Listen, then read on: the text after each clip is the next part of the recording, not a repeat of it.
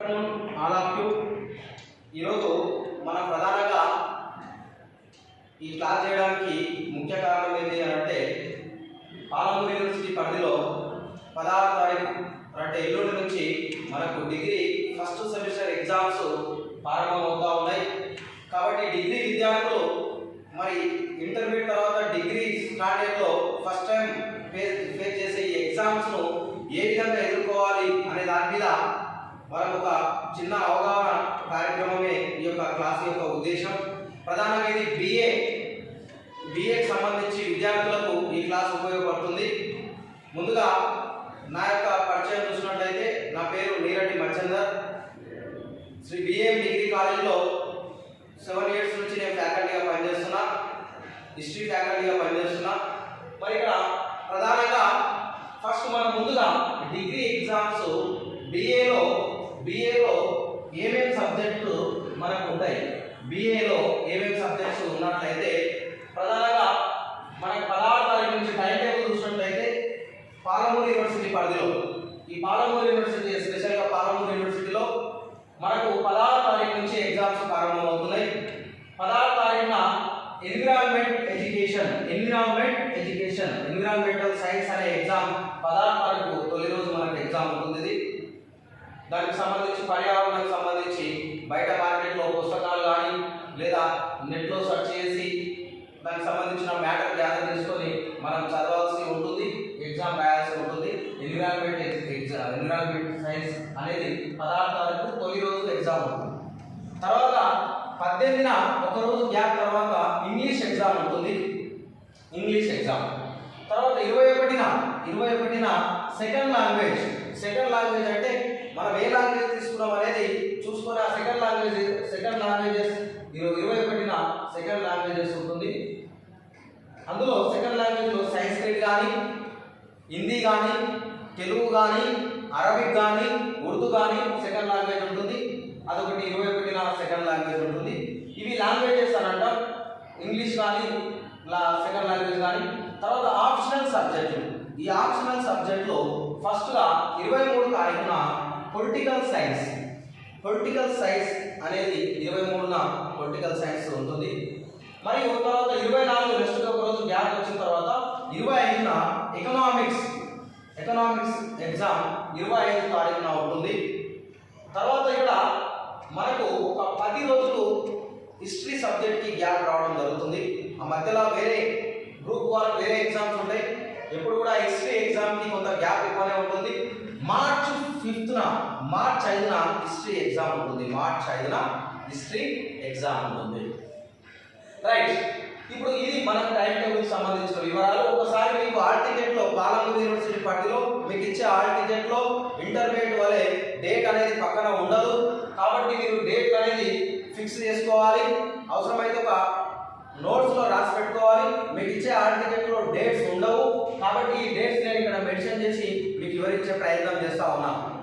Right, ఇక్కడ dates తర్వాత next time table అయిపోయిన తర్వాత మీకు ఫస్ట్ డే ఎగ్జామ్ ఉంది, సెకండ్ డే ఎగ్జామ్ ఉంది అనేది మీకు సీక్వెన్స్గా నేను బోర్డు మీద రాసి చూపించిన కాబట్టి ఈ ఆర్డర్స్లో మీరు ఆ డేట్ రోజున ఎగ్జామ్ అటెండ్ చేయాల్సి ఉంటుంది. మరి ఎగ్జామ్స్ని ఏ విధంగా మనము ఫేస్ చేయాలి, ఏ విధంగా చదవాలి, మరి మంచి స్కోర్స్ ఏ విధంగా తీసుకురావాలి, దానికి సంబంధించి సాధన ఏ విధంగా ఉండాలి మనం ఒకసారి చూసినట్లయితే ప్రధానంగా నేను బిఏ వాళ్ళకి సంబంధించి ఎగ్జామ్ ప్యాటర్న్ ఎట్లా ఉంటుంది. ఇక్కడ ఇంగ్లీష్ కానీ, సెకండ్ లాంగ్వేజ్ తెలుగు కానీ, ఎన్విరాన్మెంట్ సైన్స్ కానీ దీనికి సంబంధించి వేరే సార్లతో వీడియో చేయిస్తా. ఇంగ్లీష్ ఫ్యాకల్టీ సార్తో నేను చేయిస్తా. ఎగ్జామ్ ఎన్ని క్వశ్చన్లు వస్తే ఎన్ని మార్క్స్ అటెండ్ చేయాల్సి వస్తుంది అని చెప్పేసి తెలుగు కూడా తెలుగు సార్తో వీడియో చేయిస్తా. ఎస్పెషల్గా అక్కడ పొలిటికల్ సైన్స్ కూడా వీడియో చేయించి మీకు ఈ 2 రోజులు అందుబాటులో తీసుకొస్తా. పొలిటికల్ సైన్స్ కానీ, ఎకనామిక్స్ కానీ, హిస్టరీ కానీ. ప్రధానంగా మీకు ఇక్కడ ఈ 3 ఆప్షనల్ సబ్జెక్టులకు సంబంధించి ఎట్లా క్వశ్చన్ పేపర్ ప్యాటర్న్ ఎట్లా ఉంటుంది ఒక్కసారి మనం దాని గురించి డిస్కషన్ చేసినట్లయితే చూడండి. మనకి ఇక్కడ సెక్షన్ ఏ అని చెప్పేసి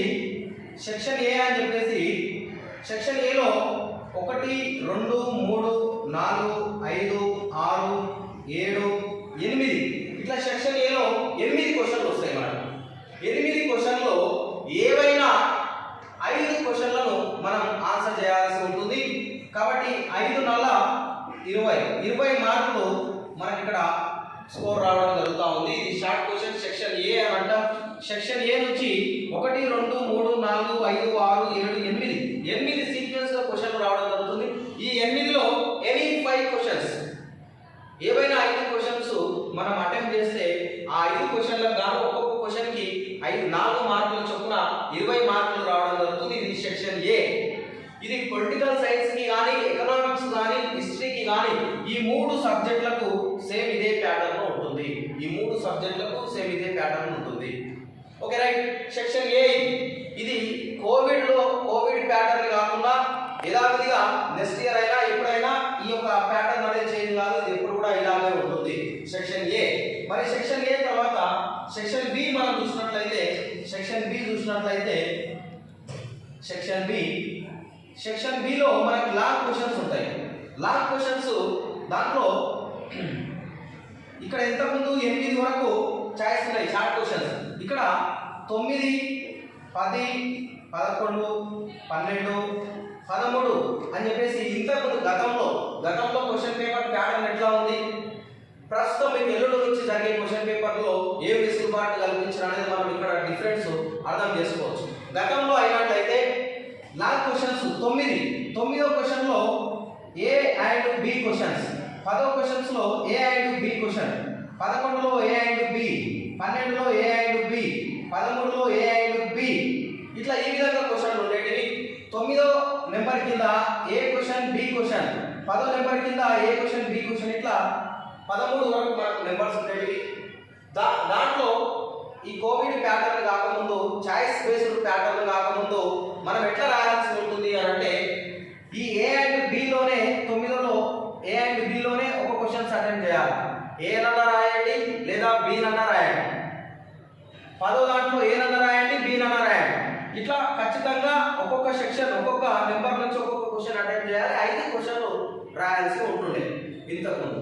మరి మనకి ఇప్పుడు ఇచ్చిన అవకాశం ఏంది, ఇప్పుడు ఇచ్చిన వెసులుబాటు ఏంది చూసినట్లయితే ఇప్పుడు జనరల్గా మనకు 9 10 11 12 13 14 17 16 17 18 అని చెప్పేసి 1 2 3 4 5 6 7 8 9 10 క్వశ్చన్లు సీక్వెన్స్ గా రావడం జరుగుతుంది.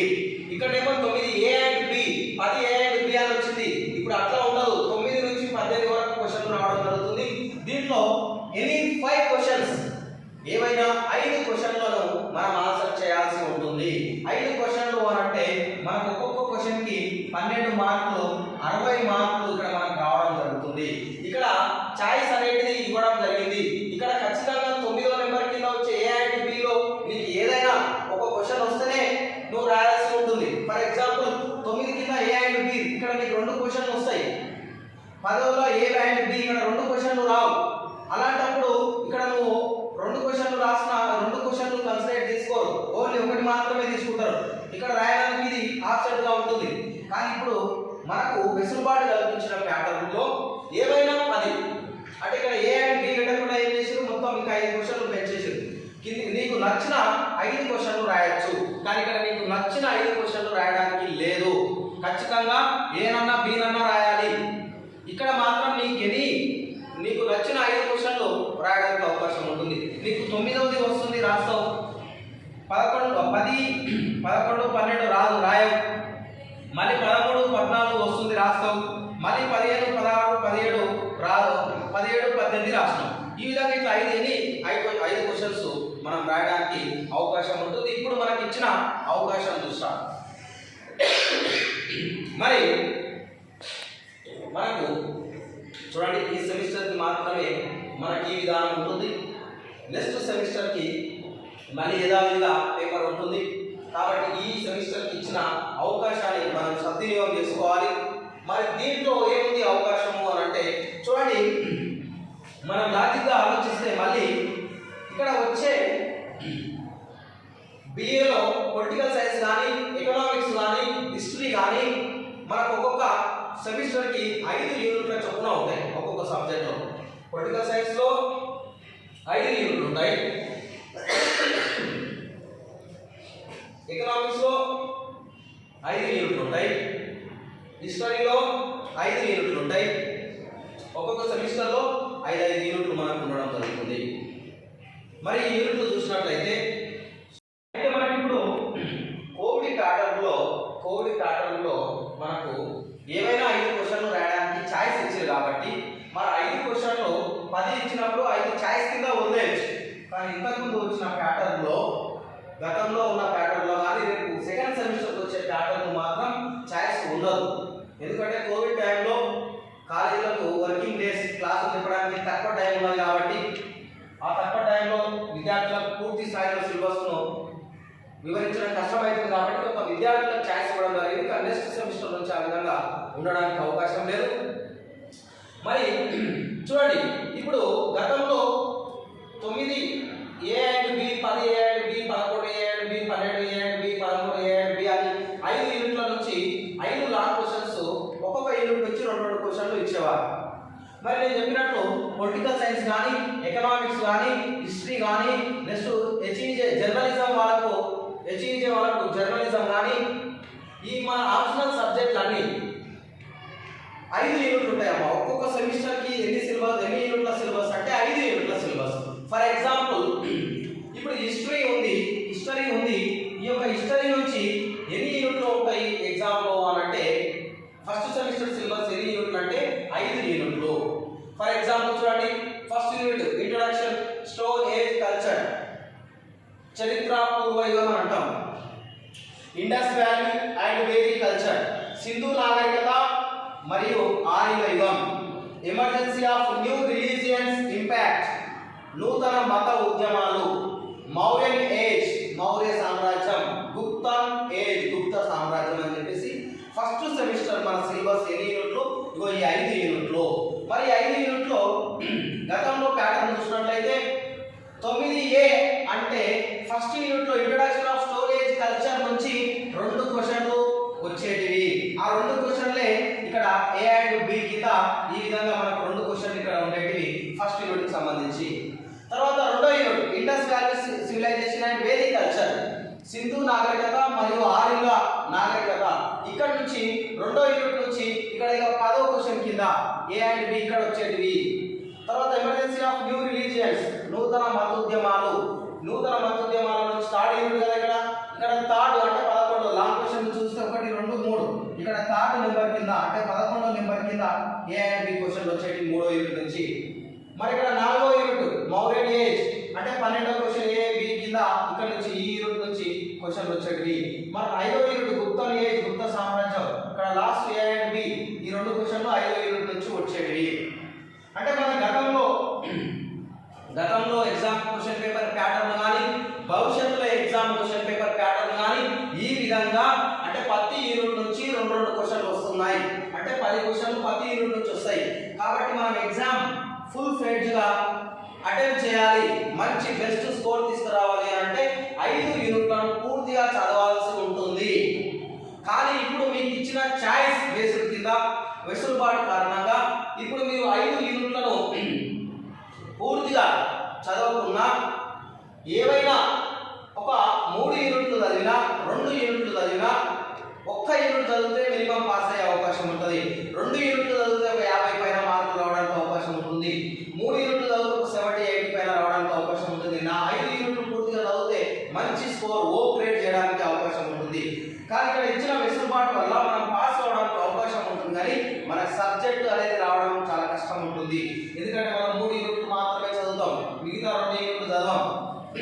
ఆ 2 యూనిట్ల నుంచి మనకు ఆ సబ్జెక్ట్ ఏముంటుంది అనేది మనకు అర్థం కాదు. సరే, ఈ విద్యార్థులను వాళ్ళకు ఇచ్చే వెసులుబాటు వల్ల ఇప్పుడు మనం దాన్ని అవకాశంగా తీసుకొని ఎక్కువ స్కోర్ తేవడానికి ప్రయత్నం చేయాలి.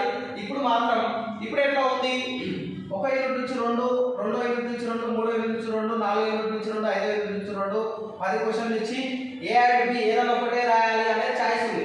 కానీ ఇప్పుడు డైరెక్ట్గా 10 క్వశ్చన్లు 5 యూనిట్లకు సంబంధించి 10 క్వశ్చన్లు ఇచ్చి 5 యూనిట్లకు సంబంధించి 10 క్వశ్చన్లు ఇచ్చి 5 రాయండి అని అంటారు.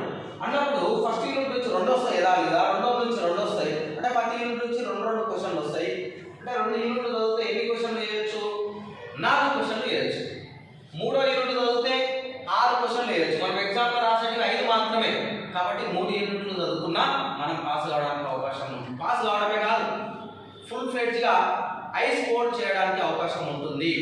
కాబట్టి విద్యార్థులు ఈ అవకాశాన్ని సద్వినియోగం చేసుకొని మరి నీకు ఎక్కడెక్కడ సింపుల్గా ఉన్న ఏరియాస్లో చదువుతావా లేదా అన్ని యూనిట్లను కవర్ చేస్తూ చదువుతావా లేదా నీకు హార్డ్గా ఉన్న యూనిట్ను వదిలేస్తావా అనేది నీ చాయిస్ కింద తీసుకోవాలి. రైట్, ఇక్కడ ఇక ప్రధానంగా మనం ఎగ్జామ్ క్వశ్చన్ పేపర్ ప్యాటర్న్ లేదనేది తెలుసుకున్నాం. ఏది ఎగ్జామ్ క్వశ్చన్ పేపర్ ప్యాటర్న్ చూసినట్లయితే సెక్షన్ ఏలో మళ్ళొకసారి రివిజన్ చేసినట్లయితే సెక్షన్ ఏ కింద మనకు 8 క్వశ్చన్లు వస్తూ ఉంటాయి. ఇది షార్ట్ క్వశ్చన్స్ అని అంటాం. 5 into 4 20 మార్కులు ఇక్కడ వస్తాయి. సెక్షన్ బి కింద ఇప్పుడున్న ఎగ్జామ్ ప్యాటర్న్ లో అయితే 10 క్వశ్చన్లు వస్తాయి. కానీ మనం ఎన్ని అటెంప్ట్ చేయాలి? 5 అటెంప్ట్ చేయాలి.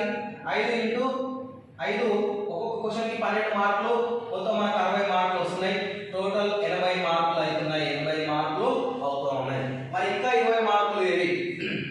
ఇంకా 20 మార్కులు ఇంటర్నల్ ఎగ్జామ్స్ అని చెప్పేసి మన కాలేజ్లో ఇంటర్నల్స్ ఎగ్జామ్స్ మీరు రాసి ఉన్నారు. ఓకేనా? మీరు ఇంటర్నల్స్ ఎగ్జామ్స్లో మీకు 20 మార్కులు ఇంటర్నల్స్ ఎగ్జామ్స్ ఉంటాయి. అంటే కాలేజీకి సంబంధించి కాలేజీలో మీరు రాసే ఎగ్జామ్స్ ఇంటర్నల్స్ ఎగ్జామ్స్ మొత్తం 100 మార్కులు మనకు కావడం జరుగుతూ ఉంది ఇక్కడ. రైట్, మరి ఇక్కడ 20 మార్కులకు మనం 32 మార్కులు సాధిస్తే పాస్ అయినట్టు పాస్ కావడానికి అవకాశం ఉంటుంది. 32 మార్క్స్ రావాలి అవుట్ ఆఫ్ 80 మార్క్స్కి.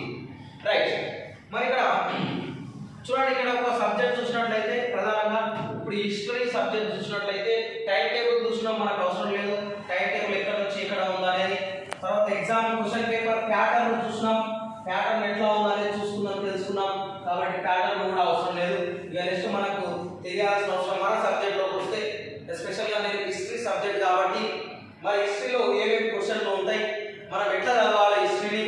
ఇప్పటి వరకు కూడా క్లాస్ వినడం చాలా మంది ఉన్నారు, ఇర్రెగ్యులర్ స్టూడెంట్స్ ఉన్నారు. మరి వాళ్ళందరూ దృష్టిలో పెట్టుకొని మీరు ఏ విధంగా చదవాలి, ఇంపార్టెంట్ క్వశ్చన్లు ఏముంటాయి. సార్ మేము టెస్ట్ పేపర్ తెచ్చుకున్నాం, మా దగ్గర బుక్ ఉంది, మెటీరియల్ ఉంది, అసలు ఏమేమి ఇంపార్టెంట్ క్వశ్చన్లు ఏమేమి చదవాలి అనేది ఒకసారి మీకు ప్రశ్నలు ఉంటాయి.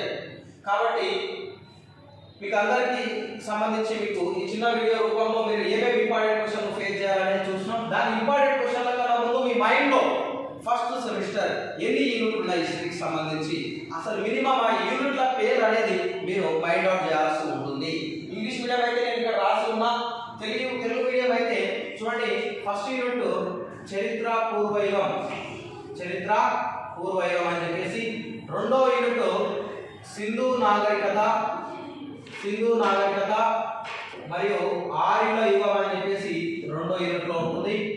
మూడో యూనిట్ నూతన మత ఉద్యమాలు అని చెప్పేసి ఆ యూనిట్ పేరు ఉంటుంది. కానీ ఇక్కడ ప్రధానంగా జైన బౌద్ధ మతాలు అని చెప్పేసి మనకు 2 మతాల గురించి 4th యూనిట్లో డిస్కషన్ చేస్తాం. జైన బౌద్ధ మతాలు. ఇంకా 4th యూనిట్లో మౌర్య సామ్రాజ్యం అని చెప్పేసి 4th యూనిట్లో మనం డిస్కషన్ చేస్తాం. మౌర్య సామ్రాజ్యం. తర్వాత గుప్త సామ్రాజ్యం అనేది 5వ యూనిట్ ఉంటుంది. ఈ 5వ యూనిట్లో 5 యూనిట్లు సిలబస్ ఉంటుంది. మనకు 5 యూనిట్లు ఉన్నాయమ్మా. మనం ఎప్పుడైనా సరే ఎగ్జామ్ ప్రిపరేషన్ స్టార్ట్ చేసేటప్పుడు ఆ సిలబస్ ఏంది అనేది మనకు అవగాహన ఉండాలి. సిలబస్ ఏంది అనేది అవగాహన ఉంటే ఆ సిలబస్లో ఏమేమి యూనిట్లు ఉన్నాయనేది అవగాహన ఉండాలి. ఆ యూనిట్లో ఏమేమి టాపిక్స్ ఉన్నాయనేది అవగాహన ఉండాలి. కాబట్టి హిస్టరీకి సంబంధించి మీరు ఈ 5 యూనిట్లను ఫస్ట్ నోటెడ్ చేసుకోవాలి, మైండ్లో ఉండాలి. ఫస్ట్ యూనిట్ చరిత్ర పూర్వయుగం, రెండవ యూనిట్ సింధు నాగరికత మరియు ఆర్యుల యుగం అని చెప్పేసి 2 ఉంటాయి. ఆర్యుల యుగం అన్న వేద కాలం అన్న ఒకటే. Indus valley civilization and Vedic culture, stone age, introduction of stone age culture. First unit ఏంది? ఇంట్రడక్షన్ స్టోన్ ఏజ్ కల్చర్, చరిత్ర పూర్వయుగం. రెండో unit Indus valley civilization and Vedic culture, Sindhu నాగరికత, ఆర్యుల యుగం, దీనే వేద కాలము అని అంటాం, వేద కాలం. Third unit emergency of new religions impact, జైన బౌద్ధ మతాలు ఉంటాయి. థర్డ్ యూనిట్లో ఏ మతాలు ఉంటాయి? జైన బౌద్ధ మతాలు ఉంటాయి. ఓకే, 4th యూనిట్లో మౌర్యన్ ఏజ్, మౌర్య సామ్రాజ్యం అని చెప్పేసి దీనికి మౌర్యుల వంశం గురించి, మౌర్యుల గురించి డిస్కషన్ చేయాలి. మరి దీంతో పాటు ఇంకొన్ని అదనంగా మనం చదవాల్సి ఉంటుంది. అదనంగా కూడా అంటే మౌర్యాత్మ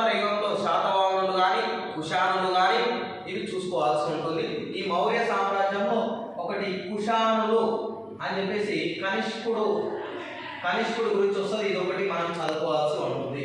నెక్స్ట్ గుప్త సామ్రాజ్యం. ఈ గుప్త సామ్రాజ్యంలో తర్వాత అర్షుడు అని చెప్పేసి ఇక్కడ అర్షుడు గురించి ఉంటుంది, ఇది చదువుకోవాల్సి ఉంటుంది. ఒక 5 యూనిట్లు అమ్మా. ఈ 5 యూనిట్లు అనేది మనం మైండ్ అవుట్ చేయాలి.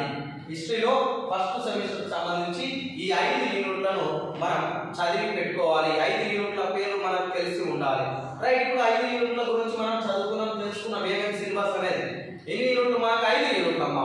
ఒకటి చరిత్ర పూర్వయుగం, రెండో యూనిట్ సింధు నాగరికత మరియు ఆర్యయుగం. ఆర్యయుగాన్ని ఏమంటున్నాం?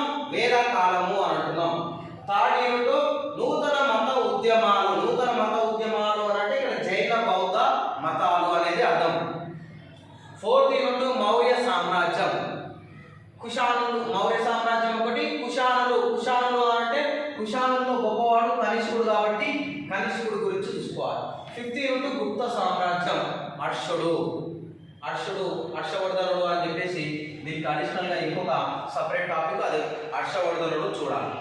రైట్, ఇది 5 యూనిట్ల సారాంశం.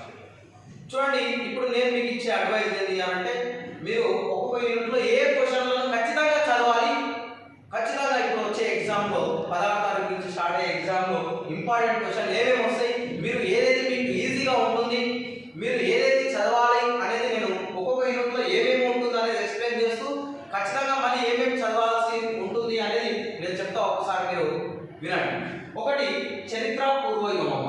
ఈ చరిత్ర పూర్వయుగంలో ప్రధానంగా మీకు చూడండి, నేను యూనిట్ వైజ్గా క్వశ్చన్స్ రాసిన విత్ ఎడిట్స్తో సహా. యూనిట్ వైజ్గా English medium and Telugu medium రెండు రాసిన. మీకు ఈ వీడియో అయిపోగానే ఇవి మీకు వాట్సాప్లో పీడిఎఫ్ పెడతా గ్రూప్లో. ఒకసారి కంపల్సరీ మీరు టెక్స్ట్ పేపర్ అన్న చదవండి, లేదా టెక్స్ట్ బుక్ అన్న చదవండి, వేరే మెటీరియల్ అన్న చదవండి. ఇక్కడ ఉన్న హెడ్డింగ్స్ను కవర్ చేస్తూ చదువుకోండి, సరిపోతుంది. మ్యాటర్ మిగతా బుక్ పుస్తకాల్లో చదువుకోండి. హెడ్డింగ్స్ అనేది మెయిన్ ఇంపార్టెంట్, అది కవర్ చేయండి.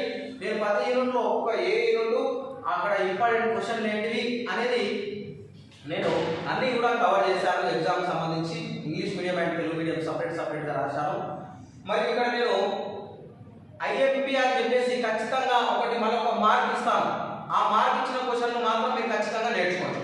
రైట్, ఇప్పుడు చూడండి, ప్రధానంగా ఫస్ట్ యూనిట్లో చరిత్ర పూర్వయుగం. ఇక్కడ ఏమేమి అంశాలు ఉంటాయి అంటే చాలా సింపుల్ ఉంటాయమ్మా. ఇక్కడ చరిత్ర పూర్వయుగం, ఇక్కడ మీకు నేను ఎగ్జామ్లో క్వశ్చన్ పేపర్లో 4 క్వశ్చన్లు, ఇక్కడ మీకు 5 క్వశ్చన్లు ఉన్నాయమ్మా. ఈ 5 క్వశ్చన్లో 4 క్వశ్చన్లు చదవండి, సరిపోతుంది. ఫస్ట్ యూనిట్లో 5 క్వశ్చన్లు నేను మీకు ఇక్కడ 5 క్వశ్చన్లు ఇచ్చిన. 5 క్వశ్చన్లో ప్రధానంగా చరిత్ర ఒక క్వశ్చన్. చరిత్ర ఇతర సామాజిక శాస్త్రాలతో ఉన్న సంబంధం ఏంటిది అంటే సింపుల్ ఏమంటున్నా క్వశ్చన్, చరిత్ర చదవడం వల్ల నీకు ఇంకా ఏమైనా ఇతర సబ్జెక్టుల పైన అవగాహన వస్తుందా అనేది క్వశ్చన్. సారాంశం వస్తుంది, కంపల్సరీ వస్తుంది.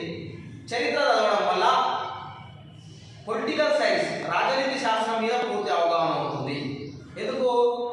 చరిత్ర అనేది, చరిత్రలో ఫర్ ఎగ్జాంపుల్ మౌర్యుల గురించి చదువుకున్నాం, మౌర్య వంశం గురించి చదువుకున్నాం. మౌర్యులు అంటే అశోకుడు గురించి చదువుకున్నాం. అశోకుడు అనేవాడు మౌర్యుల వంశంలో మనకు వస్తాడు. మౌర్య వంశంలో గొప్పవాడు, భారతదేశంలో ఒక గొప్ప రాజు అశోకుడు. అశోకుడు పరిపాలన చదువుతాం. అశోకుడు ఏ విధంగా పరిపాలన చేసిందనేది. పరిపాలన అంటే అడ్మినిస్ట్రేటివ్ అనేది పొలిటికల్ సైన్స్ సంబంధించిన సబ్జెక్ట్. కాబట్టి ఇట్లా హిస్టరీలో అశోకుడు నుంచి, మౌర్యుల నుంచి అక్కడ మొఘల్ సామ్రాజ్యం అక్బర్ వరకు కూడా ఒక్కొక్క వంశం, ఒక్కొక్క రాజ్యం ఏ విధంగా పరిపాలన చేసింది అనేది పూర్తిగా మనం చదువుతాం. కాబట్టి చరిత్ర చదవడం వల్ల రాజనీతి శాస్త్రం అంటే పొలిటికల్ సైన్స్ అవగాహన ఉంటుంది. ఇట్లా ఇప్పుడు చరిత్ర చదవడం వల్ల ఇతర సామాజిక శాస్త్రాల ఉపయోగాలు. చరిత్ర చదివితే మనకు ఈ విధంగా రాజనీతి శాస్త్రం అంటే పొలిటికల్ సైన్స్ కవర్ అవుతుంది. చరిత్ర చదవడం వల్ల అర్థశాస్త్రం మీద అవగాహన కలుగుతుంది. ఆ అర్థశాస్త్రం ఏమి గురించి తెలియజేస్తుంది? ఎకనామిక్స్ సబ్జెక్ట్ ఏమి తెలియజేస్తుంది? ఎకనామిక్స్ సబ్జెక్టు ఓకేనా, లాభాలు కానీ, ఆదాయం కానీ, వ్యయాలు కానీ, పంటలు కానీ, ట్యాక్స్ కానీ, పన్నులు కానీ, వీటన్నిటి గురించి తెలియజేస్తుంది. మన చరిత్ర చదవడం వల్ల రాజ్యాల ఆ చరిత్రలో మనం ఒక హెడ్డింగ్ పెట్టుకొని చదువుతాం. మౌర్యుల గురించి చదివినాం, లేదా ఇక్కడ సింధు నాగరికత గురించి చదివినాం, గుప్తుల గురించి చదివినాం. ఏ లెసన్ చదివినట్లయితే, ఏ సామ్రాజ్యం గురించి లేదా వంశం గురించి చదివినప్పుడు వాళ్ళ యొక్క ఆర్థిక పరిస్థితులు, ఎకనామికల్ కండిషన్స్ అనేది ఒక హెడ్డింగ్ రూపంలో మనకు ఉంటుంది. అంటే మౌర్యుల కాలంలో ఆర్థిక పరిస్థితులు ఎట్లా ఉన్నాయి, వాళ్ళు ఎంత ట్యాక్స్ విధించారు, వాళ్ళు ఏ దాని మీద ఆదాయం, వాళ్ళ ఆదాయం ఎట్లా ఉంది, వాళ్ళ ఆదాయం సోర్స్ ఏంది, తర్వాత వాళ్ళ యొక్క పంటలు ఏంటివి, ఇవన్నిటి మీద మనము చదువుతూ ఉంటాం. కాబట్టి చరిత్ర చదవడం వల్ల అర్థశాస్త్రం అంటే ఎకనామిక్స్ మీద మనకు గ్రిప్ ఉంటుంది. హిస్టరీ చదవడం వల్ల జియోగ్రఫీ జాగ్రఫీ వీటి గురించి తెలియజేస్తుందమ్మా. నదులు, పర్వతాలు, సముద్రాలు, ఓకేనా, ఇవన్నీ నదులు, వీటి గురించి నదులు చెప్తా ఉంది, అడవుల గురించి. హిస్టరీ చదవడం వల్ల హిస్టరీలో మనకు నదులు, ఓకేనా, ఫలానా నది సింధు నాగరికత ఉంది. సింధు నాగరికత అంటే సింధు ఇరువైపులా ప్రజలు జీవనం కొనసాగించారు కాబట్టి సింధు నాగరికత అంటున్నాం. కాబట్టి ఆ సింధు నాగరికత, సింధు యొక్క ఉపనదులు, సింధు ఉపనదులు జీరన్, సట్లెజ్, రావి, బియాస్, ఇవన్నీ కవర్ అవుతూ ఉంటాయి. అంటే నదులు అనేది చరిత్ర చదవడం వల్ల నదులు, హిమాలయ పర్వతాలు, లేదా విదేశీయులు ఎక్కడి నుంచి దండయాత్ర చేశారు, అక్కడ సంబంధించిన డైరెక్షన్స్, దక్కన్ పీఠభూమి, మాల్వా పీఠభూమి, చోటనాగర్ పీఠభూమి, ఇట్లా ఇవన్నీ జియోగ్రఫీకి సంబంధించి కొన్ని అంశాల మీద అవగాహన వస్తూ ఉంది. కాబట్టి మనకు హిస్టరీ చదవడం వల్ల భూగోళ శాస్త్రం మీద అవగాహన ఉంటుంది. హిస్టరీ చదవడం వల్ల సోషియాలజీ, సమాజ శాస్త్రం ఏం చెప్తుంది,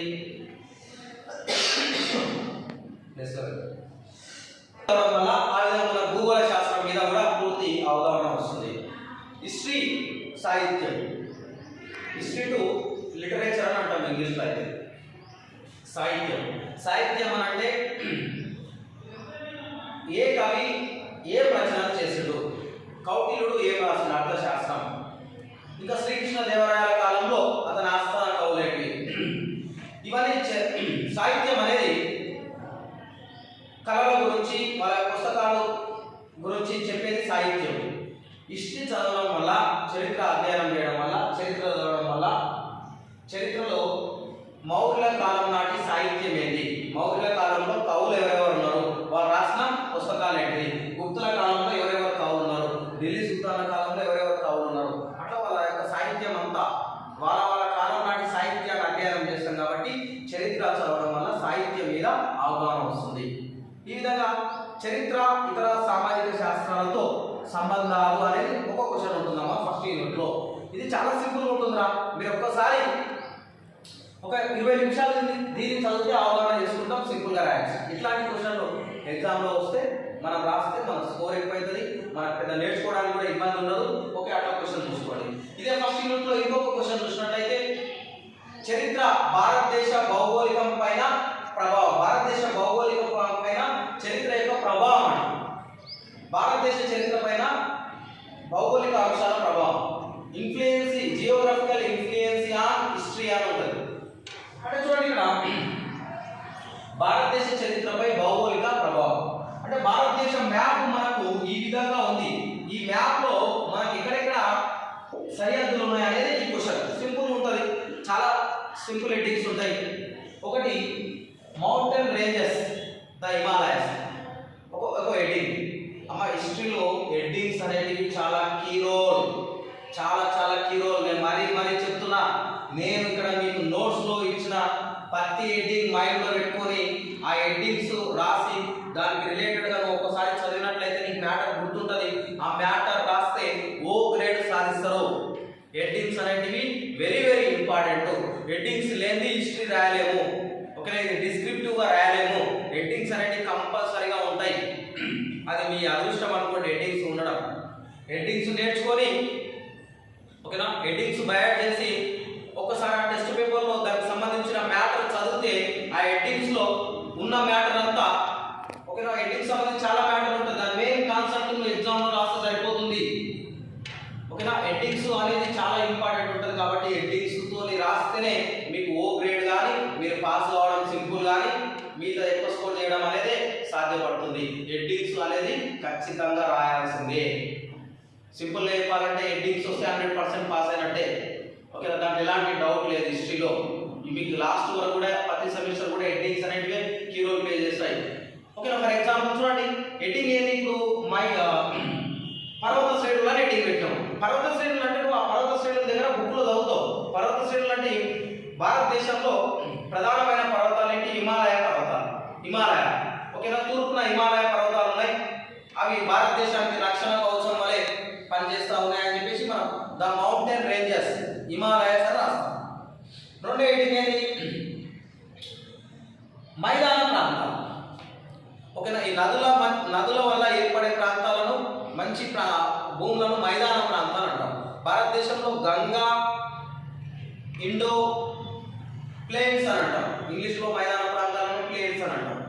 ఓకేనా, గంగా సింధు మైదానాలు అని రాస్తాం. మైదాన ప్రాంతం హెడ్డింగ్. తర్వాత పీఠభూమి ప్రాంతాలు, ప్లేట్యూస్ అని అంటాం ఇంగ్లీష్లో. అయితే పీఠభూమి ప్రాంతాలు అని అంటే ప్రధానమైన మన పీఠభూములు ఏమేమి పీఠభూములు ఉంటాయి? దక్కన్ పీఠభూమి ఒకటి, మాల్వా పీఠభూమి ఒకటి, చోటనాగపూర్. ఓకేనా, అది రాస్తాం హెడ్డింగ్.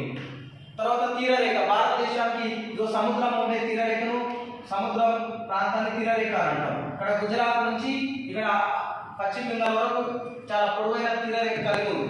ఆ తీరరేఖ కొన్ని పేర్లు ఉన్నాయి. ఓకేనా, సర్కార్ తీరరేఖ, కోరమండల్ తీరరేఖ, మలబార్ తీరరేఖ అని చెప్పేసి అవి రాస్తే సరిపోతుంది. భిన్నత్వంలో ఏకత్వం, యూనిటీ అండ్ డైవర్సిటీ. భారతదేశంలో అనేక మతాలు, అనేక కులాలు, అనేక ప్రాంతాలు, అనేక జాతులు ఉన్నప్పటికీ ఆల్ ఆర్ ఈక్వల్ అనే సిద్ధాంతంతో భారతదేశం భిన్నత్వంలో ఏకత్వం సాధిస్తుంది. యూనిటీ అండ్ డైవర్సిటీ అని అంటాం. అభిన్నత్వం ఏకత్వం. ఇది చాలా సింపుల్ క్వశ్చన్. ఇది భారతదేశ చరిత్రపై భౌగోళిక ప్రభావాల అంశం. ఈ క్వశ్చన్ వస్తే 5 హెడ్డింగ్స్ ఉన్నాయి. చాలా సింపుల్గా రాసేయచ్చు. ఈ 5 హెడ్డింగ్స్ పెట్టి మంచిగా రాస్తే వచ్చే 12 మార్కులకు 12 మనం స్కోర్ చేయొచ్చు. ఫస్ట్లో కూడా ఇంతకుముందు చరిత్ర చదువుతాడు, ఇతర చరిత్ర చదవడం వల్ల ఇతర శాస్త్రాల పైన పట్టు అనేది కూడా చాలా సింపుల్గా రాయొచ్చు. ఈ రెండు చాలా సింపుల్ క్వశ్చన్. తర్వాత దీంతో పాటు ఇంకొకటి, ప్రాచీన భారతదేశ చరిత్రకు గల సాహిత్య ఆధారం. ఇంకో క్వశ్చన్ థర్డ్ యూనిట్లో, ఫస్ట్ యూనిట్లో, చరిత్రకు భారతదేశ ప్రాచీన చరిత్రకు సాహిత్య ఆధారాలు ఏంటి? వాస్తవానికి చరిత్రకు 2 రకాల ఆధారాలు ఉన్నాయమ్మా. ఒకటి సాహిత్య ఆధారాలు, ఇంకొకటి పురావస్తు ఆధారాలు. సాహిత్య ఆధారాలు అని అంటే మనం చదవడానికి ఒక రికార్డులో ఉన్న ఆధారాలు సాహిత్య ఆధారాలు, లిటరరీ సోర్సెస్ అని అంటాం. ఓకేనా, 2 types. One literary sources, second one archaeological sources, పురావస్తు ఆధారాలు. కాబట్టి మనకి ఇక్కడ 2 క్వశ్చన్ల కింద నేను సపరేట్ హెడ్డింగ్స్ ఇచ్చిన. సాహిత్య ఆధారాలు హెడ్డింగ్స్ ఏంటి, పురావస్తు ఆధారాలు హెడ్డింగ్ చేసుకోవాలి. మీరు 2 కలిపి చదువుకోండి. ఎగ్జామ్లో సాహిత్య ఆధారాలను అడుగుతారు, ప్రాచీన భారతదేశ రచనకు సాహిత్య ఆధారాలు రాయండి అని, లేదా పురావస్తు ఆధారాలు రాయండి అనేది అడుగుతారు. ప్రాచీన ఆధారాలు అంటే ఏముంటాయి? సింపుల్గా ఉంటుంది చూడండి హెడ్డింగ్స్. వైదిక గ్రంథాలు లేదా బ్రాహ్మణ గ్రంథాలు, జైన గ్రంథాలు, బౌద్ధ గ్రంథాలు, లౌకిక గ్రంథాలు, సెక్యులర్ వర్క్స్ అని అంటాం. ఇక్కడ మనం సాహిత్య ఆధారాలు, పురావస్తు ఆధారాలు 2 రకాలు ఉన్నాయి. సాహిత్య ఆధారాలు అని అంటే బ్రాహ్మణ మత గ్రంథాలు. బ్రాహ్మణ మతం అంటే హిందూ మతం అన్నా, బ్రాహ్మణ మతం అన్నా, వైదిక మతం అన్నా ఒకటే. ఆ మత గ్రంథాలు ఒకటి. ఆ మత గ్రంథాలు ఏమేమి ఉంటాయో మనకు తెలిసినే వేదాలు, ఉపనిషత్తులు, ఇతిహాసాలు అంటే మహాభారతం, రామాయణం. ఓకే, ఇవి రాస్తే అయిపోతుంది ఆ ఐడియాలో. బౌద్ధ గ్రంథాలు ఏముంటాయి? త్రిపీఠకాలు, సుత్త పీఠిక, ఇదమ పీఠిక, వినయ పీఠిక, 3 పీఠికలను బౌద్ధ గ్రంథాలు అంటాం. అది రాస్తాం. జైన గ్రంథాలు, అంగాలు, ఉపాంగాలు అవి రాస్తాం. లౌకిక గ్రంథాలు అంటే ఏ మతానికి సంబంధం లేకుండా రాసే గ్రంథాన్ని లౌకిక గ్రంథం అంటాం. ఫర్ ఎగ్జాంపుల్, అర్థశాస్త్రాన్ని కౌటిల్యుడు రాసిన ఒక గ్రంథం. రైట్, ఈ విధంగా సాహిత్య ఆధారాల్లో కొన్ని ఇవన్నీ హెడ్డింగ్స్ నేను ఇచ్చిన నోట్స్లో అవి రాస్తారు. రెండోది, సాహిత్య ఆధారాలకు సంబంధించి విదేశీ రచనలు అంటే గ్రీక్ వాళ్ళు, రోమన్ వాళ్ళు రాసిన గ్రంథాలు, చైనీయులు రాసిన గ్రంథాలు, ముస్లిం వాళ్ళు రాసిన గ్రంథాలు అన్నీ నేను ఇచ్చిన ఈ సాహిత్య ఆధారాలు అనేది ఇది ఒక క్వశ్చన్. ఇంకా ఆర్కియాలజికల్ సోర్సెస్ అంటే పురావస్తు ఆధారాలు అంటే ప్రధానంగా 2 ఉంటాయి పురావస్తు ఆధారాలు హెడ్డింగ్స్. ఒకటి ఇన్స్క్రిప్షన్స్ అంటే శాసనాలు. ఏదైనా ఒక రాజు ఒక శాసనం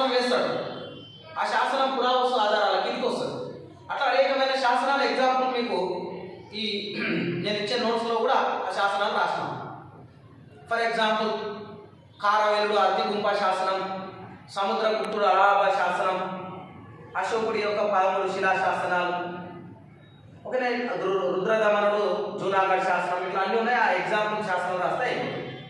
పురావస్తు ఆధారాల్లో ఇంకో రెండవది నాణ్యాలు, న్యూమిస్మాటిక్స్ అని అంటాం. The study of times numismatics. Okay, నాణ్యాలు, the study of inscriptions epigraphy. Okay, నా శాస్త్రాల గురించి అధ్యయనం చేసే శాస్త్రాన్ని ఎపిగ్రఫీ అని అంటాం. నాణ్యాల గురించి అధ్యయనం చేసే శాస్త్రాన్ని న్యూమిస్మాటిక్స్ అని అంటాం. ఇప్పుడు నాణ్యాలు కరెన్సీ అంటే కైన్స్ అని అంటాం. 14 కైన్స్ కానీ, సిల్వర్ కైన్స్ కానీ, గోల్డ్ కైన్స్ కానీ, కాపర్ కైన్స్ కానీ, ఇలా సో మెనీ టైప్స్, అనేకమైన రకాలు ఉన్నాయి కాబట్టి అవన్నీ రాస్తే అయిపోతుంది.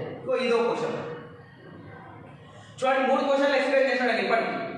చరిత్ర ఇతర సామాజిక శాస్త్రాలతో సంబంధం, సింపుల్. భారతదేశ చరిత్ర పైన భౌగోళిక అంశాల ప్రభావాలు, మొత్తం అది సింపుల్. 3వ క్వశ్చన్ ఏంటి? చరిత్ర రచనకు సాహిత్య ఆధారాలు, పురావస్తు ఆధారాలు. 2 సపరేట్గా అడగవచ్చు, ఎగ్జాంపుల్ 2 కలిపి అడగవచ్చు. పురావస్తు ఆధారాలు అంటే శాసనాలు, నాణ్యాలను రాస్తాం. సాహిత్య ఆధారాలు అంటే ఇంతకుముందు చెప్పిన ఐటీ రాస్తాం. ఇగో ఈ 3 క్వశ్చన్లు ఉన్నాయి కదా, ఇందులోకి వెళ్ళి ఎగ్జామ్లో ఒక క్వశ్చన్ కంపల్సరీ వస్తుంది. ఇది రాయడానికి చదువుకోవడానికి ఎంతసేపు? హాఫ్ అన్ అవర్లో కంప్లీట్ చేయొచ్చు. ఓకేనా, ఒక్కొక్క క్వశ్చన్ కంపల్సరీ వస్తుంది. 12 మార్కులు ఇన్నే వచ్చినాయి కాబట్టి ఈ 3 కంపల్సరీ చదువుకోండి. నేను ఇక్కడ ఇచ్చినది. ఇంకో ఇదే ఫస్ట్ యూనిట్లో ఇంకొక క్వశ్చన్ ఉంటుంది, ఫ్రీ హిస్టరీ, చరిత్ర పూర్వయుగం గురించి రాయండి అని వస్తుంది. అక్కడ 4 హెడ్డింగ్స్ ఉంటాయమ్మా. ఒకటి ప్రాచీన శిలాయుగం, మధ్య శిలాయుగం, నూతన లేదా కొత్త శిలాయుగం, తామ్ర శిలాయుగం అని చెప్పేసి. Paleolithic age, mesolithic age, chalcolithic age, neolithic age అని చెప్పేసి 4 ఏజెస్ ఉంటాయి. అది ఒకసారి చూసుకోండి ఆ క్వశ్చన్ కూడా. ఇది ఫస్ట్ యూనిట్కి సంబంధించి. Right, next second unit Sindhu నాగరికత లేదా ఆర్యుల యుగం లేదా వేద కాలం. చూడండి అమ్మా, ఇక్కడ 2 క్వశ్చన్లు వస్తాయి రెండో యూనిట్ నుంచి కూడా. ఒకటి సింధు నాగరికత గురించి ఒక క్వశ్చన్ ఉంటుంది, ఇంకోటి ఆర్యుల గురించి ఇంకో క్వశ్చన్ ఉంటుంది. సింధు నాగరికత అంటే భారతదేశంలో మొట్టమొదటి నాగరికత. ఈ సింధు నదికి ఇక్కడ ఈ నాగరికత డెవలప్ అయింది కాబట్టి ఆ సింధు నది పేరు మీదుగా దాన్ని సింధు నాగరికత అంటున్నాం. ఇండస్, ఆ సింధుని ఇంగ్లీష్లో ఇండస్ అని అంటాం, ఇండస్ రివర్ అని అంటాం కాబట్టి ఇండస్ వ్యాలీ సివిలైజేషన్ అంటాం. భారతదేశానికి సంబంధించిన మూల నాగరికత, ఫస్ట్ నాగరికత. అక్కడ ప్రజలు నివాసం ప్రారంభించారు, మనకు ఆనవాళ్ళు లభించినాయి కాబట్టి అది మొదటి నాగరికత అని అంటాం. ఆ సింధు నాగరికతలో ఏ విధమైన ఆర్థిక పరిస్థితులు ఎట్లా ఉన్నాయి, రాజకీయ పరిస్థితులు ఎట్లా ఉన్నాయి, వాళ్ళ స్క్రిప్ట్ ఏంటి, వాళ్ళ యొక్క లిపి ఏంటి, వాళ్ళ మత ఆచారాలు ఏంటిది. ఫర్ ఎగ్జాంపుల్ వాళ్ళ లిపిని గ్రాఫిక్ స్క్రిప్ట్ అని అంటాం, బొమ్మల లిపి అని అంటాం. సింధు ప్రజల ప్రధానమైన దైవం ఎవరు అని అంటే అమ్మ తల్లి అని అంటాం, మదర్ గాడెసెస్ అని అంటాం, అమ్మ తల్లి అని అంటాం. ఇట్లా సింధు నాగరికతకు సంబంధించి ఆ నాగరికత ఏ విధంగా డెవలప్ అయింది ఏందనేది మనం ఇక్కడ చదువుకోవాల్సి ఉంటుంది రెండో యూనిట్లో సింధు నాగరికతకు సంబంధించి. తర్వాత ఆర్యుల యుగం, వేద కాలం అని అంటాం. ఆర్యుల యుగం లేదా వేద కాలం. ఇక్కడ ఆర్యులు అంటే సింధు నాగరికత, సింధు ప్రజలు పతనమవుతున్న సందర్భంలో నెక్స్ట్ ఆ సింధు ప్రజలను ఓడించి నెక్స్ట్ వచ్చిన వారే ఆర్యులు అని అంటాం. ఆ ఆర్యులు భారతదేశంలో ఆర్యులు ప్రధానంగా ఆర్యులు ఒకటి, ఈ ఆర్యుల కాలాన్ని 2గా విభజిస్తాం. తొలివేద కాలం, దీనే తొలివేద అన్న ఋగ్వేద అన్న ఒకటే. రెండవది మలివేద కాలం, Rigvedic culture and later Vedic culture అని అంటాం ఇంగ్లీష్లో అయితే. తొలివేద కాలం లేదా దీనే ఋగ్వేద కాలం అని అంటాం. తర్వాత మలివేద కాలం. మనకి ఇక్కడ ఆర్యులకు సంబంధించి 2 క్వశ్చన్లు ఉంటాయమ్మా. తొలివేద కాలంలో లేదా ఋగ్వేద కాలం నాటి సామాజిక ఆర్థిక పరిస్థితుల గురించి రాయండి. తర్వాత మలివేద కాలం నాటి సామాజిక ఆర్థిక పరిస్థితుల గురించి రాయండి. హెడ్డింగ్స్ దాదాపు సేమ్ ఉంటాయి, ఇలా 4 హెడ్డింగ్స్, ఇలా 4 హెడ్డింగ్స్. కొంచెం మ్యాటర్ ఒకటి చేంజ్ అయితే డిఫరెన్సెస్ ఉంటాయి, అది చూసుకోవాలి. డిఫరెన్సెస్ అంటే చూడండి, ఇప్పుడు ఓవరాల్గా ఆర్యుల కాలం అంటే 1600 నుంచి సుమారుగా 600 సంవత్సరాల వరకు ఆర్యుల కాలం అని అంటాం. ఇక్కడ 1600 నుంచి 1000 సంవత్సరం వరకు తొలివేద కాలం, 1000 నుంచి 600 వరకు మలివేద కాలం. అంటే ఒక్కొక్క తొలివేద కాలానికి మలివేద కాలానికి 500 సంవత్సరాలు సుమారుగా డిఫరెన్స్ ఉంది కాబట్టి సొసైటీలో కొంత చేంజెస్ జరుగుతాయి. ఫర్ ఎగ్జాంపుల్ తొలివేద కాలంలో కుల వ్యవస్థ, క్యాస్ట్ సిస్టమ్ అనేది ఎస్టాబ్లిష్మెంట్ కాలేదు, ఇంట్రొడ్యూస్ కాలేదు. కానీ మలివేద కాలంకి వచ్చేసరికి కుల వ్యవస్థ ఏర్పడింది. అట్లా కొన్ని డిఫరెన్సెస్ ఉంటాయి. తొలివేద కాలంలో యుద్ధాలు గోవుల కోసం జరిగేది. మలివేద కాలంలో రాజ్యాల కోసం జరిగేది.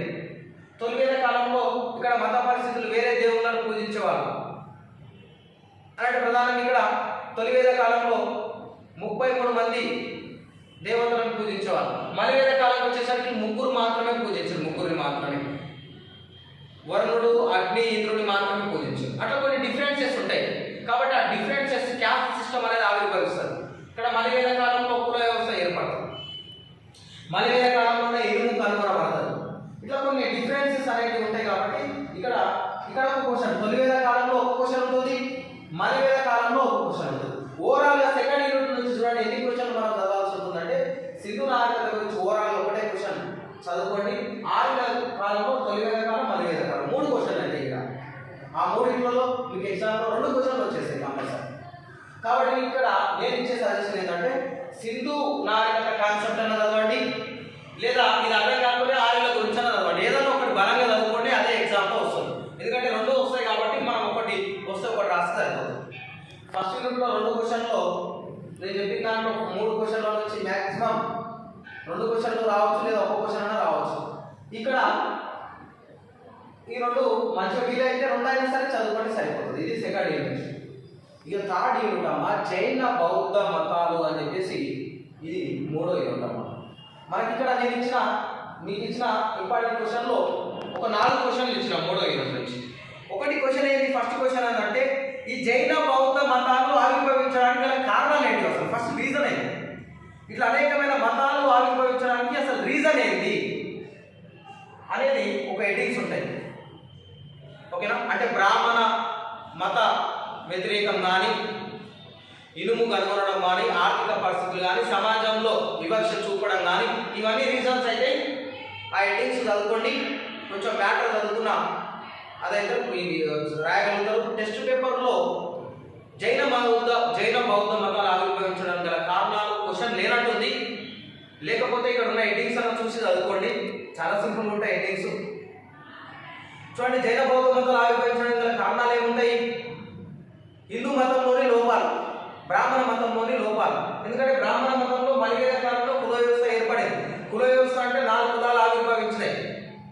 ఒకటి బ్రహ్మ సృష్టికర్త అని అంటాం. మరి బ్రహ్మ తల నుంచి బ్రాహ్మణుడు, బ్రహ్మ యొక్క భుజాల నుంచి క్షత్రియుడు, బ్రహ్మ యొక్క తొడభాగం నుంచి వైశ్యుడు, బ్రహ్మ యొక్క పాదాల నుంచి శూద్రుడు ఆవిర్భవించారు అని చెప్పేసి ఆ శూద్రులు పై 3 వర్ణాల వారికి సేవ చేసేవాళ్ళు, సర్వెంట్స్గా ఉండేవారు. కాబట్టి సమాజంలో 90% శూద్రులు ఉంటే ఆ 10% పైగా అగ్రకులాలుగా చలామణిలోకి వచ్చారు. పైగా హయ్యర్ పొజిషన్లో బ్రాహ్మణుడు ఉన్నాడు. కాబట్టి మనకి ఇక్కడ బ్రాహ్మణుడు అని చెప్పేసి, క్షత్రియుడు, తర్వాత వైశ్యులు, శూద్రులు అని చెప్పేసి 4 కులాలు ఆవిర్భవించినాయి. కాబట్టి ఈ కులాలకు వ్యతిరేకంగా నూతన మతాలు ఆవిర్భవించడం అని చెప్తాం. ఆటోమేటిక్ ఇక్కడ సమానత్వం లేదు కాబట్టి ఆ సమానత్వంతో జైన బౌద్ధ మతాలు ముందుకు వచ్చినాయి. అట్లా కొన్ని మతాలు ఆవిర్భవించినాయి అని చెప్తాం. తర్వాత న్యూ మెటరలిస్టికిజం అంటే కొత్త పరికరాలు కనుగొనడం. ఐరన్ ఇంట్రడ్యూస్ అయింది. ఇక్కడ మలివేద కాలంలో ఇనుము కనుగొనబడింది. ఇనుముతోనే నాగళ్ళు, చెక్క నాగళ్ళను, కొడవలను తయారు చేయడం వల్ల వ్యవసాయం అభివృద్ధి చెందింది, ప్రజలకు అవగాహన వచ్చింది, మతాలు ఏర్పడ్డాయి అని చెప్పేసి చెప్తాం. సామాజిక పరిస్థితులు అంటే సమాజంలో ఇక్కడ శూద్రులు సమానత్వంగా చూడబడలేరు, అదొక కారణం అని చెప్తాం. ఇట్లా అనేకమైన రీజన్స్ ఉన్నాయి. ఆ హెడ్డింగ్స్ గురించి నేర్చుకోండి. తర్వాత ఇక ప్రధానంగా జైన బౌద్ధ మతాల్లో జైన మతం గురించి చూసినట్లయితే ఈ జైన మతాన్ని జైన మతంలో 24 మంది తీర్థాంకరులు ఉంటారు. జైన మతంలో 24 మంది తీర్థాంకరుల్లో 24 మందిలో 23వ వాడు పశ్వనాథుడు. ఇక 24వ వాడు వర్ధమాన మహావీరుడు. ఈయన గురించి రాస్తాం ఎగ్జామ్లో. జైన మతం అన్నా వర్ధమాన మహావీరుడు అన్నా ఒక్కటే. ఈ వర్ధమాన మహావీరుడి గురించి మనం చదువుకుంటాం, రాస్తాం. వర్ధమాన మహావీరుడు జైన మత సిద్ధాంతాలను రూపొందించడు. ఆ 24 మందిలో ముఖ్యమైన వాడు. ఆ 24 మంది ఇంపార్టెన్స్ ఉంటుంది, కానీ ఎక్కువ ఇంపార్టెన్స్ వర్ధమాన మహావీరుడు ఉంటుంది. ఆ జైన మతాన్ని స్థాపించడు. ఈ వర్ధమాన మహావీరుడు ఇంట్రడక్షన్ ఆయన ఎక్కడ జన్మించిన, వాళ్ళ తల్లిదండ్రులు, ఆయన తర్వాత జైన మత సిద్ధాంతాలు ఏంటి అనేది మనం రాయాలి. ఇక్కడ బుద్ధమాన మహావీరుడు ఏమేమి సిద్ధాంతాలు చెప్పాడు, ఓకేనా. 5 సూత్రాలు అని అంటాం. సత్యం, అహింస, అపరిగ్రహం, ఆస్తేయం, బ్రహ్మచర్యం అని అంటాం. సత్యమే మాట్లాడాలి, అహింస హింస చేయరాదు, అపరిగ్రహం దొంగతనం చేయరాదు, అనేస్తేయం ఆస్తులు కూడా పెట్టరాదు, బ్రహ్మచర్యం 25 సంవత్సరాలు బ్రహ్మచర్యం పాటించాలి. ఇవి జైన మత సిద్ధాంతాలు. ఓకే, నెక్స్ట్ బౌద్ధ మతం. అమ్మ ఇక్కడ జైన మతం కంపల్సరీ క్వశ్చన్ ఉంటుందమ్మా. జైన బౌద్ధం నుంచి 2 చదువుకుంటే 100% ఏ ప్యాటర్న్లో అయినా సరే జైన బౌద్ధ మతం 2 చదువుకుంటే ఒక క్వశ్చన్ మనకు ఉంటుంది. నెక్స్ట్ బౌద్ధ మతం. ఈ బౌద్ధ మతాన్ని గౌతమ బుద్ధుడు స్థాపిస్తాడు, మనకు తెలుసు. గౌతమ బుద్ధుడు అలా ఇంట్రడక్షన్. గౌతమ బుద్ధుడు తండ్రి పేరు సిద్ధోదరుడు, తల్లి మాయాదేవి, ఓకేనా. ఈ విధంగా గౌతమ బుద్ధుడికి సంబంధించి భార్య యశోధర, ఆయన ఇక్కడ లుంబిని వనంలో జన్మించాడు. ఇవన్నీ ఇంట్రడక్షన్ మొత్తం చూసుకొని గౌతమ బుద్ధుడు ఏం చెప్తుండే, ఓకేనా. జ్ఞానోదయం, సత్యం కోసం, జ్ఞానోదయం కోసం ఇల్లు వదిలి బయటికి వెళ్ళి గౌతమ బుద్ధుడు 12 సంవత్సరాలు సత్యాన్వేషణ చేసి చివరికి జ్ఞానోదయం అయిన తర్వాత ఆయన కొన్ని సిద్ధాంతాలు చెప్పడం జరుగుతుంది. అవే బౌద్ధ మత సిద్ధాంతాలు అనటం. ఆ బౌద్ధ మత సిద్ధాంతాలు చూడండి, ప్రధానంగా బౌద్ధ మత సిద్ధాంతాలు అనంటే ఆర్య సత్యాలు అనటం. ఆర్య సత్యాలు అంటే ఏంటివి? గౌతమ బుద్ధుడు సింపుల్గా చూడటం ఒక మాట అంటాడు, ప్రపంచమంతా దుఃఖమయం అని అంటాడు. ఆ దుఃఖానికి కారణం కోరికలు అని అంటాడు. ఆ కోరికలను జయించాలి, నీ దుఃఖాన్ని జయించాలంటే ఆ కోరికలను జయించాలంటాడు. ఆ కోరికలను జయించాలంటే అష్టాంగ మార్గాలు పాటించాలి అని అంటాడు. అష్టాంగ మార్గాలు అని చెప్పేసి మీకు టెస్ట్ పేపర్లో కూడా ఉంటాయమ్మా, అష్టాంగ మార్గాలు, ఓకేనా. సమ్యక్ క్రియ, సమ్యక్ జ్ఞానం, సమ్యక్ దృష్టి, సమ్యక్ నడవడిక, సమ్యక్ ఆలోచన, సమ్యక్ జ్ఞానం అంటే నీ దృష్టి మంచిగా ఉండాలి. సమ్యక్ అన్నా సరి అయినా ఒకటే. నీ దృష్టి మంచిదై ఉండాలి, నీ నడవడిక మంచిదై ఉండాలి, నీ యొక్క కోరిక మంచిదై ఉండాలి, నీ యొక్క పని మంచిదై ఉండాలి. అంటే ఇట్లా 8 అష్టాంగ మార్గాలు. అష్టాంగ అంటే 8 మార్గాలు పాటిస్తే నువ్వు నీకు వచ్చిన దుఃఖాన్ని జయించగలుగుతావు అని చెప్పేసి అష్టాంగ మార్గాలు చెప్తాడు, ఆర్య సత్యాలు చెప్తాడు. ఇవన్నీ రాయాల్సి వస్తుంది, బౌద్ధ మత సిద్ధాంతాల కిందకి వస్తాయి. ఇక దీనికి అడిషనల్గా కొన్ని 3 శరణాలు అని చెప్పేసి ఉంటాయి. బుద్ధం శరణం గచ్చామి, సంఘం శరణం గచ్చామి, ధర్మం శరణం గచ్చామి. ఇవన్నీ బౌద్ధ మతంలోనే రాయండి సరిపోతుంది. ఓకే, ఇక్కడ జైనం బౌద్ధం 2 మంచిగా చూసుకోండి. 2 క్వశ్చన్లు. ఇంకొకటి మతాలు ఆవిర్భవించడానికి కారణాలు, ఒకటి 3వ క్వశ్చన్. దీంట్లో అలెగ్జాండర్ దండయాత్ర, ఆయన ఫలితాలు. ఓకే, గ్రీకు దేశానికి సంబంధించిన అలెగ్జాండర్ భారతదేశం పైన ప్రపంచాన్ని జయించాలనే కోరికతో భారతదేశం పైన కూడా దండయాత్ర చేస్తాడు. ఆయన భారతదేశంలో దండయాత్ర చేస్తున్నప్పుడు పురుషోత్తముడు భారతదేశానికి సంబంధించిన ఆ వాయువ భారత ప్రాంతంలో ఉన్న పురుషోత్తముడు అలెగ్జాండర్ని ఫేస్ చేస్తాడు.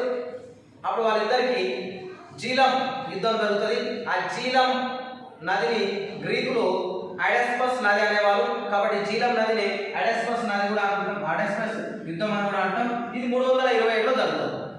అలెగ్జాండర్ దండయాత్ర భారతదేశంలో 326 క్రీస్తుపూర్వం 326లో జరుగుతుంది. కానీ యుద్ధం 327లో జరుగుతుంది. సారీ, అసలు అలెగ్జాండర్ దండయాత్ర 327లో భారతదేశంలో జరిగితే యుద్ధం 326లో జరుగుతుంది. మనం క్రీస్తు పూర్వంలో ఉన్నామమ్మా, ఇయర్స్ డిస్క్రీజ్ అవుతుంటాయి, తగ్గుతుంటాయి. ఈ క్రీస్తు పూర్వం 326లో అలెగ్జాండర్కి భారతదేశ ప్రాంతీయ పాలకుడు పోరస్ లేదా పురుషోత్తముడికి జీలం నది యుద్ధం జరుగుతుంది. యుద్ధంలో అలెగ్జాండర్ విజయం సాధించి తర్వాత అక్కడ కొన్ని పట్టణాలు నిర్మించి మళ్ళీ రిటర్న్ వెళ్ళిపోవడం జరుగుతుంది. తర్వాత అక్కడ ఆయనకు జ్వరంతో అలెగ్జాండర్ చనిపోవడం జరుగుతుంది బాబిలోనియా ప్రాంతంలో. మరి అలెగ్జాండర్ దండయాత్ర వల్ల, అలెగ్జాండర్ గ్రీక్ నుంచి వచ్చిండు, దండయాత్ర చేసిండు. ఈ దండయాత్ర వల్ల ఇంపాక్ట్ ఏంది అసలు అంటే గ్రీక్ సంబంధించిన కల్చర్ భారతదేశంకి ఇంట్రడ్యూస్ అయింది. భారతదేశానికి సంబంధించిన కల్చర్, ఫర్ ఎగ్జాంపుల్ చెస్, చదరంగం అనేది భారతదేశం ఆట. ఇది ఆ అలెగ్జాండర్ దండయాత్ర వల్ల ఈ చదరంగం అనేది గ్రీకులో కూడా పరిచయమై గ్రీకులో డెవలప్ అయింది. మరి గ్రీకు సంస్కృతి, కొంచెం గ్రీక్ కల్చర్ అంటే ఈ యొక్క కొంత భాష అవన్నీ భారతదేశానికి పరిచయం. దాని యొక్క ఫలితాలు రాయాలి. అంటే ఇక్కడ చూడండి, 3వ యూనిట్లో 4 క్వశ్చన్లు మీకు ఇచ్చాను నేను. ఒకటి జైన బౌద్ధ మతాలు కానీ నూతన మతాలు ఆవిర్భవించడానికి కారణాలు, ఒకటి అదొక క్వశ్చన్. జైన మతం అనేది 2వ క్వశ్చన్, బౌద్ధ మతం అనేది ఎగ్జామ్లో 2 వస్తాయి. చూడండి సింపుల్గా ఇక్కడ వరకే కట్ చేయొచ్చు మీకు ఇప్పుడున్న ప్యాటర్న్. 4 నేర్చుకోండి సింపుల్గానే ఉంటాయి. 2 ఎగ్జామ్లో వస్తాయి, 2 అయిపోయినాయి. ఇక్కడ సింధు నాగరికత 6 ఈ 2 నేర్చుకోండి, 3 క్వశ్చన్లు ఉంటాయి. ఇక్కడ 2 అవుతాయి, ఇక్కడ 2, ఇక్కడ 2, 4. ఫస్ట్ యూనిట్ నుంచి ఒకటి 5. మనం రాయాల్సింది 5. కానీ సబ్జెక్ట్ కోసం అన్నీ చదవాల్సి వస్తున్నాము. మీకు సబ్జెక్ట్ కావాలంటే చదవండి, నేను ఓపిక లేదంటే 5 క్వశ్చన్లే అటెండ్ చేసి కూడా పాస్ అవ్వచ్చు. ఇక్కడ కూడా చదివాను. థర్డ్ యూనిట్ అనేది సింపుల్గా ఉంటుంది. ఈ ఫస్ట్ యూనిట్ కూడా సింపుల్గా ఉంటుంది. ఓకేనా, అన్ని యూనిట్లు కూడా సింపుల్గానే ఉంటాయి, ఎందుకంటే నేను కాన్సెప్ట్ ఎక్స్ప్లెయిన్ చేస్తున్నాను కాబట్టి ఆ బేస్తో ఎడిట్స్ కవర్ చేస్తూ రాయండి. ఇక ఫోర్త్ యూనిట్ మౌర్య సామ్రాజ్యం అని చెప్పేసి, మౌర్య సామ్రాజ్యంలో ప్రధానంగా మౌర్యులో గొప్పవాడు అశోకుడు. అశోకుని గురించి చదవాల్సి వస్తుంది. అశోకుడి యొక్క మతం బౌద్ధ మతం, అశోకుడు ధర్మం, అశోకుడు దమ్మం, అశోకుడు గురించి కవర్ చేయండి. ఇక్కడ ఒక క్వశ్చన్ అశోకుడు గురించి ప్రధానంగా, ఇంకొకటి మౌర్యుల పరిపాలన గురించి. అమ్మ ఇక్కడ చూడండి, మీకు ఎప్పుడైనా సరే ఇంగ్లీష్ మీడియంలో అడ్మినిస్ట్రేషన్ అన్నా తెలుగులో పరిపాలన అన్నా కొన్ని కామన్ హెడ్డింగ్స్ వస్తాయమ్మా. ఆ కామన్ హెడ్డింగ్స్ ఏంటి అనేది మీ మౌర్యుల దగ్గర నేను ఇచ్చిన దగ్గర చూడండి. ఆ కామన్ హెడ్డింగ్స్ ఏంటి? కేంద్ర ప్రభుత్వం, పరిపాలన అంటేనే కేంద్ర ప్రభుత్వం వస్తుంది, సెంట్రల్ గవర్నమెంట్ ఒక హెడ్డింగ్. సెంట్రల్ గవర్నమెంట్లో ఎవరెవరు ఉంటారు? కింగ్, రాజు. రాజు తర్వాత కౌన్సిల్ ఆఫ్ మినిస్టర్స్, మంత్రులు, ఒకటి సెంట్రల్ గవర్నమెంట్. రెండోది సెంట్రల్ అయిపోయిన తర్వాత రాష్ట్ర ప్రభుత్వం అంటే ప్రొవిజనల్ అడ్మినిస్ట్రేషన్. మూడోది డిస్ట్రిక్ట్ అడ్మినిస్ట్రేషన్, జిల్లా పాలన. నాలుగోది గ్రామ పాలన, విలేజ్ అడ్మినిస్ట్రేషన్. ఏమైనా టౌన్స్ పట్టణాలు ఉంటే ఆ పట్టణాల పరిపాలన కోసం సిటీ అడ్మినిస్ట్రేషన్ అనొచ్చు, లేదా నగర పాలన అనొచ్చు. తర్వాత ఇవి ప్రధానంగా కేంద్ర ప్రభుత్వం, రాష్ట్ర ప్రభుత్వం, జిల్లా ప్రభుత్వం, గ్రామ పాలన, ఇవి అడ్మినిస్ట్రేషన్ అంటే పరిపాలనలో ఇవి ప్రధానమైన హెడ్డింగ్స్ ఉంటాయి. దీని తర్వాత సైనిక పాలన అంటే మిలిటరీ అడ్మినిస్ట్రేషన్, జ్యుడిషియల్ అడ్మినిస్ట్రేషన్, న్యాయపాలన. తర్వాత ఆర్థిక పరిస్థితులు, సాంఘిక పరిస్థితులు, సాహిత్యం, ఆర్ట్ అండ్ ఆర్కిటెక్చర్ అనేవి కొన్ని కామన్ హెడ్డింగ్స్ ఉంటాయి. ఇక్కడ మౌర్య సామ్రాజ్యంలో అశోకుడు గురించి చదువుకున్నామా. రెండోది అశోకుడు గురించి చదవండి, అర్థమైపోతుంది. దాంట్లో పెద్ద అర్థం కాని అంశం ఏముండదు. మౌర్యుల పరిపాలన గురించి చదవండి. ఇంకో అంశం ఇక్కడ కుషాణుడు అని చెప్పేసి కనిష్కుడు ఉంటాడమ్మా. కనిష్కుడు అనేవాడు కుషాణుల్లో గొప్ప రాజు. ఆ కనిష్కుడు భారతదేశంలో మంచి పరిపాలన చేస్తాడు. కేంద్ర ప్రభుత్వం, రాష్ట్ర ప్రభుత్వం, జిల్లా ప్రభుత్వం ఇవన్నీ రాస్తాం. ప్లస్ కనిష్కుడు ఒక మంచి భవన నిర్మాత, ఒక మంచి డిజైనర్. అనేక భవనాలు, కొన్ని కట్టడాలు నిర్మిస్తాడు. అట్లాంటి కట్టడాలు. తర్వాత ఈ కనిష్కుడికి సంబంధించి గాంధార శిల్పకళ, గాంధార ఆర్ట్ అని చెప్పేసి ఒకటి స్పెషల్గా ఉంటుంది. మన షార్ట్ క్వశ్చన్స్ రావడానికి అవకాశం ఉంది. గాంధార ఆర్ట్ అని చెప్పేసి ఆ గాంధార శిల్పకళ భారతదేశంలో అభివృద్ధి చెందిన శిల్పకళ. మధుర కేంద్రంగా, పెషావర్ కేంద్రంగా,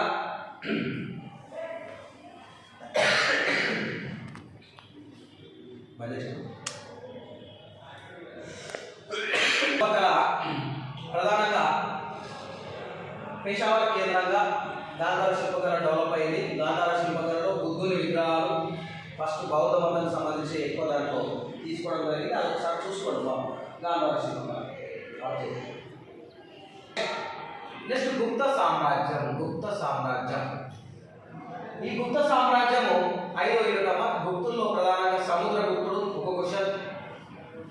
తర్వాత గుప్తుల యొక్క పరిపాలన, స్వర్ణయుగం అని అంటారు గుప్తులు. భారతదేశంలో గుప్తుల పరిపాలన చాలా గొప్పగా ఉంటుందమ్మా.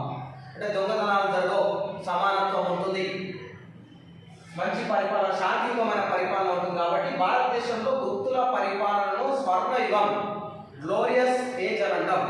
కాబట్టి ఈ గుప్తుల పరిపాలన స్వర్ణయుగం అని ఎట్లా అందరూ అంటే ఎందుకు అంటారు అనేది మనం ఐడియాస్ రూపంలో ఉంటాయి. అక్కడక్కడ అభివృద్ధి చెందింది కాబట్టి అంటారు అని చెప్పేసి మనం రాస్తాం. కాబట్టి అది ఇంపార్టెంట్ క్వశ్చన్, అది చూసుకోవాలి. గుప్తుల తర్వాత నెక్స్ట్ హర్షవర్ధనుడు అని చెప్పేసి వస్తుంది. కుషబుద్ధి వంశాన్ని, హర్షుడి యొక్క ఘనత గురించి రాయండి, హర్షుడి పరిపాలన గురించి రాయండి అని చెప్పేసి ఇక్కడ క్వశ్చన్ ఉంటుంది. ఇది చూసుకోండి. గుప్తుల పరిపాలన వ్యవస్థ ఇంపార్టెంట్, హర్షుడి యొక్క ఘనత. ఇక్కడ 2 క్వశ్చన్లు. ఈ 2 చదువుకోండి. ఈ రెండింటిలో ఒకటి వస్తుంది. మౌర్య సామ్రాజ్యంలో అశోకుని గురించి కంపల్సరీ చదవండి. అది కంపల్సరీ అశోకుని గురించి రావడానికి అవకాశం ఉంటుంది. కనిష్కుడు గురించి 2 చదవండి. కనిష్కుడు, అశోకుడు రెండింటిలో ఒకటి వస్తుంది. ఇక్కడ గుప్తుల పరిపాలన, హర్షుడి యొక్క గొప్పతనం ఇక్కడ 2. ఈ రెండింటిలో ఒకటి. ఓకేనా. ఇక్కడ 4 క్వశ్చన్లు అయితే 2 కవర్ అవుతాయి, ఇక్కడ 2 4, ఇక్కడ 2 6, అక్కడ 8 క్వశ్చన్లు వస్తాయి. మనకు అన్ని చదివినే ఉంటాయి. నేను మొత్తం ఇంపార్టెంట్ క్వశ్చన్లు ఎక్స్ప్లెయిన్ చేస్తలే, మొత్తం సిలబస్ ఎక్స్ప్లెయిన్ చేస్తున్నా. అంటే ఉన్న క్వశ్చన్ కూడా గవే. ఓకేనా. కాబట్టి ఇది అబ్జర్వ్ చేసి పూర్తిగా ప్రతి క్వశ్చన్ని చదవండి. సబ్జెక్టు ఇంప్రూవ్ అవుతుంది. మీకు ఎక్కడెక్కడ ఏ క్వశ్చన్ మీకు సులభం అవుతుందో ఆ క్వశ్చన్ చదవండి. కంపల్సరీ మరీ చెప్తున్నా, హెడ్డింగ్స్ ఉంటేనే మనకు మంచి స్కోర్ రావడానికి అవకాశం. హెడ్డింగ్ లేదు మనం రాయలేము. కాబట్టి హెడ్డింగ్స్ అనేటివి చాలా ఇంపార్టెంట్, చాలా కీ రోల్ అనేవి. ఓకే, ఇట్లా లాంగ్ క్వశ్చన్ 60కి స్కోర్ చేయడానికి అవకాశం ఉంది. ఇక్కడ షార్ట్ క్వశ్చన్స్ 20 మార్కులు వస్తున్నాయి. షార్ట్ క్వశ్చన్స్ 5 క్వశ్చన్స్ అటెంప్ట్ చేయాలి. మీరు ఈ లాంగ్ క్వశ్చన్లు చదవండి, అందులోకి సంబంధించిన కొన్ని అంశాలే షార్ట్ క్వశ్చన్లో సపరేట్గా మీకు కవర్ కావడం జరుగుతుంది. కానీ ఇక్కడ ఇంకొక 3-4 క్వశ్చన్లు కవర్ చేయాలి అని అంటే మాత్రం దానికి స్పెషల్గా నేను షార్ట్ క్వశ్చన్స్ ఇంపార్టెంట్ ఇచ్చిన, అవి కూడా అన్ని ఒకసారి చదువుకోండి. ఇప్పుడు ఈ వీడియో కనుక చూసి ఇవన్నిటిని మీరు పాటించినట్లయితే ప్రతి ఒక్కరు హిస్టరీలో పాస్ కావడం జరుగుతుంది. ఏ ఒక్కరు కూడా ఫెయిల్ కావడం జరగదు. ఓకేనా. మంచిగా ఎగ్జామ్స్ మంచిగా రాయండి. హిస్టరీ కూడా చాలా టైం దొరుకుతుంది. 10 రోజులు సమయం ఉన్నది. 10 రోజులు సమయం ఉందని నెగ్లెక్ట్ చేయకండి. ఎగ్జామ్ ప్రిపరేషన్లో ఉండండి. హెడ్డింగ్స్ పర్ఫెక్ట్గా నోటేట్ చేసుకోండి. చూడకుండా హెడ్డింగ్స్ రాసే ప్రయత్నం చేయండి. ప్రతి క్వశ్చన్ నేను ఇచ్చిన క్వశ్చన్ని మంచిగా ఎగ్జామ్స్ రాయండి. అందరికీ all the best. Thank you.